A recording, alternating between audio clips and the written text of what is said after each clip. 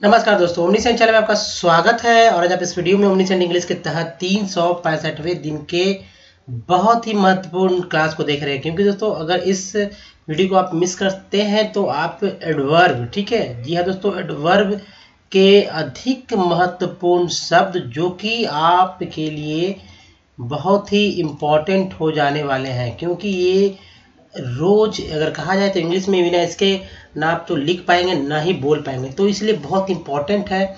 और अंग्रेजी में ये शब्द बार बार जो है आते हैं, इसलिए आप इस वीडियो को अंत तक देखिएगा। और सबसे इम्पोर्टेंट बात दोस्तों, अगर आप नए हैं तो चैनल को सब्सक्राइब कीजिए और घंटी को दबाइए आने वाले वीडियो के लिए दोस्तों, तभी आपको जानकारी होगी कि वीडियो कब कब आता है सब। और एक और बात, अगर वीडियो पसंद आए तो लाइक और शेयर जरूर कीजिएगा ताकि हमारे मेहनत को उचित सम्मान मिल सके। दोस्तों देखिए, बहुत लोग कहते हैं कि वीडियो कहाँ शुरू करें, तो दोस्तों ओमनीसेंट इंग्लिश यूट्यूब पर सर्च में टाइप कीजिए और हमारे वीडियो को डे 1 से देखिए, या माई यूट्यूब के माई के बोलिए तो सारे वीडियो के लिंक आपको मिल जाएंगे। दोस्तों राइटिंग स्किल हो या स्पोकन, दोनों के लिए बहुत ही लोग प्रयास कर रहे हैं आज भी और सीखना चाहते हैं। कितने लोग को तो पढ़ने नहीं आता, वो पढ़ना चाहते हैं। जो पढ़ सकते हैं वो लिख नहीं पा रहे हैं, जो लिख पा रहे हैं भी वो बोलना चाहते हैं। तो कहीं ना कहीं बहुत दिक्कत है। तो ऐसे में जो बेसिक वर्ड है इंग्लिश में, इंग्लिश सेंटेंस में कुछ ऐसे छोटे छोटे वर्ड्स होते हैं जो कि आपके लिए बहुत ही जरूरी हो जाते हैं। उसका हिंदी जानना है। एक्चुअली हिंदी तो हिंदी है और हिंदी से इसका इंग्लिश क्या होगा ये और भी इम्पोर्टेंट हो जाता है। तो सब कुछ देखेंगे, सीखेंगे विद इजी स्टेप दोस्तों। तो आइए आगे बढ़ते हैं वीडियो में। और सबसे पहले बात करेंगे दोस्तों पर्सन की। तो देखिए पर्सन की बात करने का क्या मतलब है, तो देखिए सब्जेक्ट है, ठीक है, सब्जेक्ट जिसे हिंदी में कर्ता बोलते हैं और इसी का सारा खेल है, इसी को रखकर सारा चीज होते हैं। सब्जेक्ट के पास बाद जो है वर्ब, ठीक है, वर्ब लगाते हैं और वर्ब के बाद जो है ऑब्जेक्ट लगाते हैं। ये हमारा सेंटेंस को जो है बढ़ाता है ऑब्जेक्ट। लेकिन इतना सब्जेक्ट और वर्ब तो रहता ही रहता है। तो सब्जेक्ट जितना जानेंगे उस सब्जेक्ट का कैसे यूज करना है, सब्जेक्ट कौन कौन सब्जेक्ट में कौन कौन से किस किस तरह के वर्ब लग सकते हैं, वो कैसे लगेंगे, ये सब कुछ सीखेंगे। लेकिन सबसे पहले सब्जेक्ट को जानिए, याद कीजिए दोस्तों।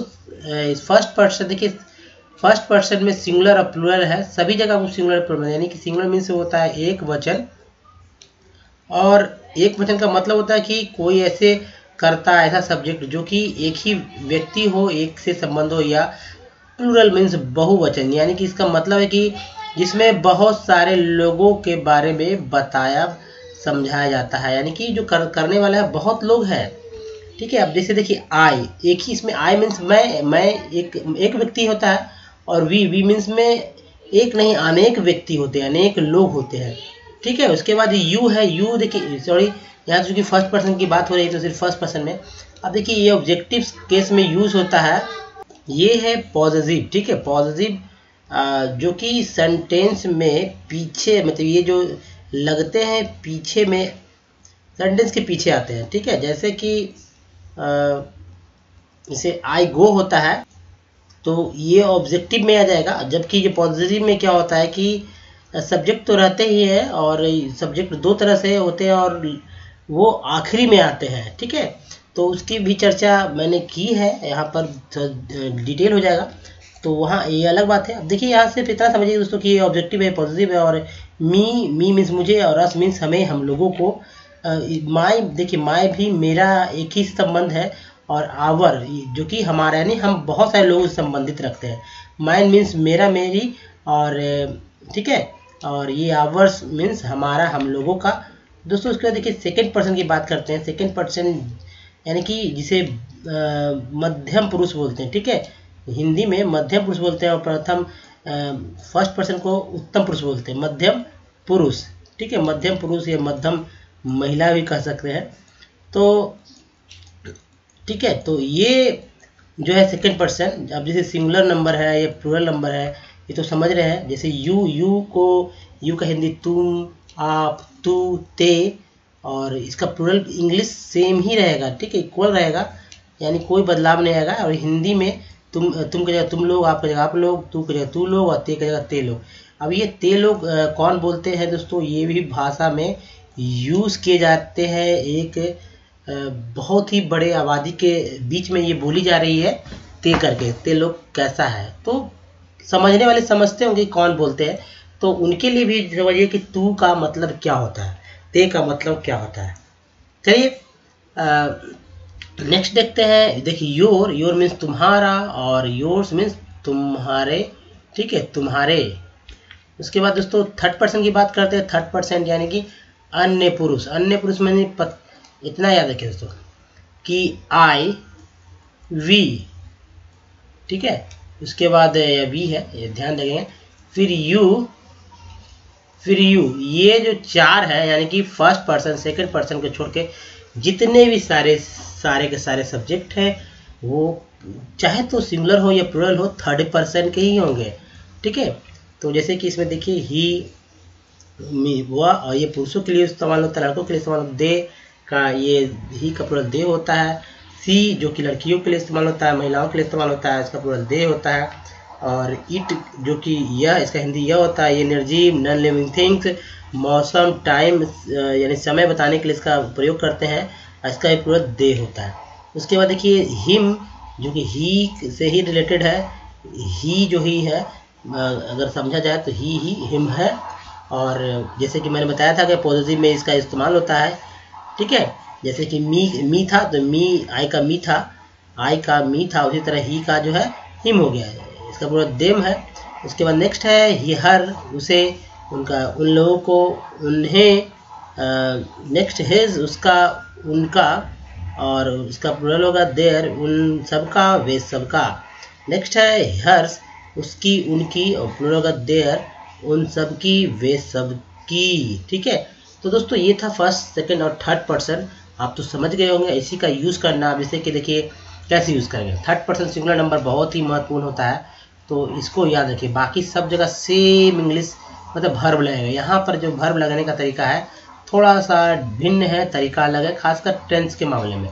जैसे ही के साथ क्या लगता है, गो, ही के साथ गो। जैसे आई के साथ क्या लगता है, आप तो समझते हैं, ही के साथ नहीं, आई के साथ लगता है गो, तो ही के साथ लगेगा दोस्तों गोज, ठीक है। यानी कि थर्ड पर्सन सिंगुलर नंबर में एस या ईएस जोड़ते हैं। अब ऐसा नहीं है जैसे कि कैन है, मे है, शुड है, वो सेम सभी जगह सेम लगेंगे। तो सिर्फ ये जो गो एस या ईएस जो लगता है वो थर्ड पर्सन सिंगुलर नंबर के साथ ही लगता है, चाहे पूरा जितना भी हो। इसका तो कोई लिमिटेशन है ही नहीं थर्ड पर्सन सिंगुलर नंबर का या थर्ड पर्सन प्लूरल नंबर का, लेकिन खैर ये सिंगुलर नंबर में लगता है। चलिए नेक्स्ट बढ़ते हैं और देखते हैं रोज अंग्रेजी सेंटेंस में बार बार आने वाले शब्द, खासकर जैसे देखिए एज लॉन्ग एज, इसका हिंदी क्या होगा, जब तक। ये आप जानते हो जब तक, तो जब तक का इंग्लिश क्या होगा, एज लॉन्ग एज। तो आप ऐसे याद रखिए जब तक का इंग्लिश क्या होगा, एज लॉन्ग एज। अब देखिए वेदर मीन्स की होता है, यानी कि दो में से एक है, ठीक है, दो में से एक है। बिफोर पूर्व पहले, यानी पूर्व पहले का बिफोर होगा, या अथवा को और। नेक्स्ट है इफ, यदि के लिए इफ का इस्तेमाल करते हैं। आफ्टर के बाद के लिए आफ्टर का इस्तेमाल करेंगे। उसके बाद इवन दो के बावजूद के लिए इवन दो का इस्तेमाल करेंगे। दो के बावजूद के लिए दो का इस्तेमाल करेंगे। नेक्स्ट है एज फॉर एज, जहाँ तक के लिए इस्तेमाल करेंगे एज फॉर एज। सेंटेंस को ऐसे ही इस्तेमाल करते हैं, जहाँ तक मुझे विश्वास है, as far as I guess, ठीक है। सेंटेंसेस हो as far as I guess, यानी कि जहाँ तक मुझे विश्वास है। सेंटेंस ऐसे ही बनते हैं, तो ये तो आप सीख भी जाएंगे बहुत इजीली। अब अनलेस, जब तक या वरना, जब तक वरना के लिए अनलेस का इस्तेमाल करेंगे। नेक्स्ट है एज वेल एज, साथ में और, तो साथ में या और के लिए एज वेल एज का इस्तेमाल करेंगे। क्योंकि के लिए बिकॉज, ये तो बहुत ही कॉमन यूज़ है, आप सब कोई जानते हैं। नेक्स्ट है अगो, तो अगो का पहले के लिए अगो का इस्तेमाल करते हैं। ऑलरेडी के लिए, यानी हिंदी का पहले ही, तो पहले ही के लिए ऑलरेडी, ठीक है, ऑलरेडी यानी पहले ही हो चुका है। चलिए दोबारा के लिए अगेन एंड अगेन, नहीं अगेन ऐसे बोलते हैं हम लोग, अगेन एंड अगेन, ठीक है, या वंस मोर भी बोलते हैं। आफ्टर वर्ड के लिए, यानी आफ्टर वर्ड का हिंदी है तो बाद में, तो बाद में के लिए आफ्टर वर्ड का इस्तेमाल करते हैं। चलिए नेक्स्ट कुछ और देख लेते हैं बार बार आने वाले शब्दों को। जब देखिए दोस्तों एडवर्ब की मैंने बात की थी, तो ये एडवर्ब रहा, ठीक है। एडवर्ब के यहाँ अधिकांश वर्ड्स मिल जाएंगे, एडवर्ब। अब ये एडवर्ब को कैसे पहचानेंगे दोस्तों, जब भी कोई भी सेंटेंस में एल वाई लगा रहे, कोई वर्ड जब भी कोई सी वर्ड में एल वाई लगा रहे तो वो एडवर्ब कहलाएगा। पहचानने के सबसे सरल और अच्छा तरीका है। अब अचानक के लिए दोस्तों बोल्डली नहीं, सडनली के लिए अचानक, यानी अचानक शब्द के लिए सडनली का इस्तेमाल करेंगे। साहस से के लिए ब्रेवली का इस्तेमाल करेंगे। उसके बाद चतुरता से के लिए क्लेवरली का इस्तेमाल करेंगे। आमतौर पर के लिए जनरली का, और मुश्किल से के लिए हार्डली का इस्तेमाल करेंगे। ईमानदारी से के लिए ऑनेस्टली का इस्तेमाल करें। सब जो है एडवर्ब है दोस्तों, क्योंकि एल वाई लगा। अब देखिए इनडायरेक्टली के लिए परोक्ष रूप से, यानी परोक्ष रूप से के लिए इनडायरेक्टली का इस्तेमाल करेंगे। एल वाई यहाँ भी है। अब इंडीड सचमुच, सचमुच के लिए इंडीड का इस्तेमाल करेंगे। उसका देखिए लकली के लिए भाग्यवश जो है, भाग्यवश के लकली का इस्तेमाल करेंगे। अधिकतर के लिए मोस्टली का इस्तेमाल करेंगे। ठीक है, मोस्टली मीन्स अधिकतर। अब सामान्य तौर पर के लिए नॉर्मली का इस्तेमाल करेंगे। और नम्रता से के लिए पोलाइटली के लिए इस्तेमाल करेंगे। बिल्कुल सही तरीके से, बिल्कुल सही तरीके से के लिए परफेक्टली का इस्तेमाल करेंगे। और निजी रूप से पर्सनली का इस्तेमाल करेंगे। इसके बाद देखिए गर्वपूर्वक से के लिए प्राउडली का इस्तेमाल करेंगे। गर्वपूर्वक के लिए प्राउडली का इस्तेमाल करेंगे। और सही समय पर के लिए प्रॉम्प्टली का इस्तेमाल करेंगे। आइए कुछ और देखते हैं महत्वपूर्ण शब्द जो कि अंग्रेजी में बार बार आते हैं और इसका हिंदी आप नहीं जानते हैं, यानी कि हिंदी जानते हैं इंग्लिश नहीं जानते हैं, बात यही है। तो चलिए नेक्स्ट देखते हैं। और देखिए दोस्तों, ये है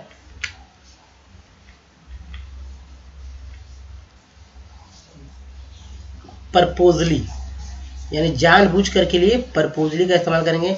तुरंत के लिए क्विकली, क्विकली।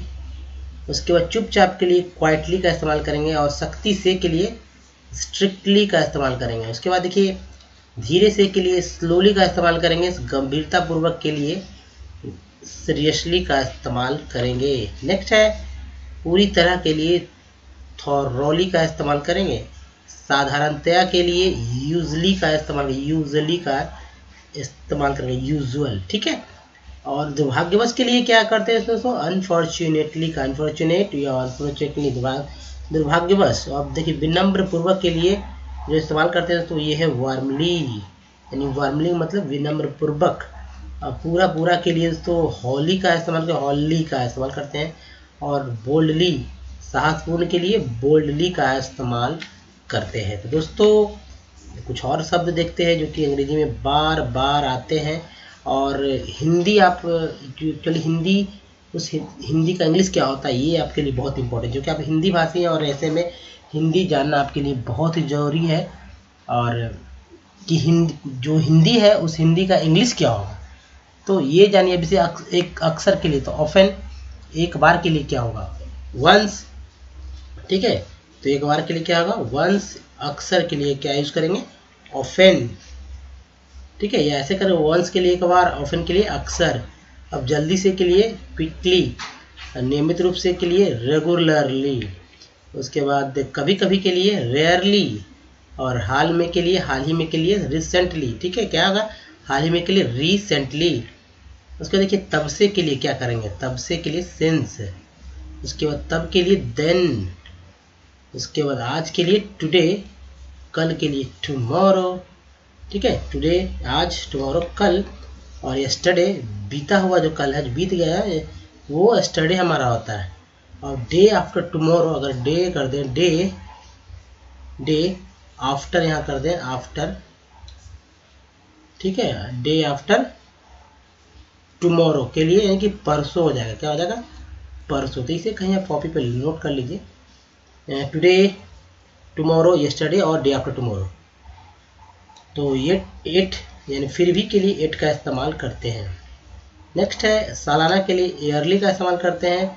और अभी अभी के लिए जस्ट नाउ या नाउ का इस्तेमाल करते हैं। उसके बाद दोस्तों अब या अभी के लिए नाउ का इस्तेमाल करते हैं। ज़्यादातर इंग्लिश में इसी का इस्तेमाल करते हैं, नाउ, राइट नाउ, ऐसे हम लोग बोलते हैं। जहाँ तक के लिए सो फॉर।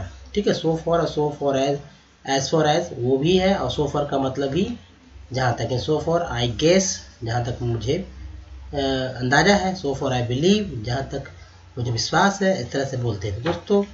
उसके बाद कुछ और देखते हैं वर्ड्स जो कि बार बार आते हैं।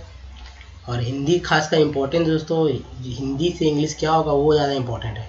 के लिए का अंग्रेजी फॉर होगा, ऊपर के लिए एबव, उसके बाद दूर के लिए अवे, कहीं के लिए, कहीं भी के लिए एनीवेयर, एनीवेयर, निकट में के लिए क्लोजली, और हर जगह के लिए, प्रत्येक जगह के लिए एवरीवेयर। उसके बाद देखिए यहाँ के लिए हेयर, और दूर के लिए फॉर, ठीक है, फॉर। उसके बाद देखिए बहुत दूर के लिए फॉर अवे, यानी फॉर अवे का हिंदी हुआ बहुत दूर, इन से इनका हिंदी हुआ में। उसके बाद इनसाइड का हिंदी हुआ अंदर, नियर का हिंदी होगा समीप, यानी समीप के लिए नियर, अंदर के लिए, अंदर का अंग्रेजी इनसाइड होगा। उसके कहीं नहीं के लिए नोवेयर, नोवेयर, सॉरी नोवेयर, कहीं नहीं, और अचानक का एक्सीडेंटली या सडनली, ठीक है, दोनों में से कोई आप इस्तेमाल कर सकते हैं। तो इसके बाद देखिए दोस्तों ये है दूर के लिए ऑफ, ठीक है, और समवेयर, कहीं पर के लिए समवेयर। एक और देखते हैं ऊपर के लिए अप, नीचे के लिए डाउन, तो आप तो समझते हैं नीचे के लिए डाउन हो जाएगा। दोस्तों इस वीडियो में यहीं तक। ये वीडियो आपको कैसा लगा? इन्फॉर्मेटिव है, इन्फॉर्मेशन सूचनात्मक है। अगर आप हिंदी का इंग्लिश करते हैं उस समय आपको कहीं दिक्कत होती है तो ऐसे छोटे छोटे वर्ड्स आपको बहुत ही परेशान करते हैं, तो इस परेशानी को दूर करें। तो दोस्तों इस वीडियो में यहीं तक। वीडियो पसंद है लाइक और शेयर जरूर कीजिएगा, नए तो चैनल को सब्सक्राइब कीजिए, घंटी को दबाइए आने वाली वीडियो के लिए। और एक बात, अगर हमारे वीडियो को हमारे चैनल को सब्सक्राइब करना चाहते तो यहाँ पे एक लिंक दिया हुआ है, और हमारे वीडियो को डे 1 से देखना चाहते तो यहाँ पर प्लेलिस्ट का लिंक है, कुछ प्रीवियस वीडियो के लिंक दोस्तों यहाँ पर है। तो इस वीडियो में ही तक, धन्यवाद। मिलते हैं अगली बार कुछ नए और फ्रेश वीडियो के साथ, तब तक अपना ध्यान रखें। और सबसे इम्पोर्टेंट बात दोस्तों कि हमारे वीडियो को डे 1 से देखिए। अगर आपको पढ़ने नहीं आता है, लिखने नहीं आता शुद्ध, या आप बोल नहीं पाते हैं, तो दोस्तों धन्यवाद, थैंक्स फॉर वॉचिंग। मिलते हैं अगले वीडियो, तब तक अपना ध्यान रखें। धन्यवाद। अगर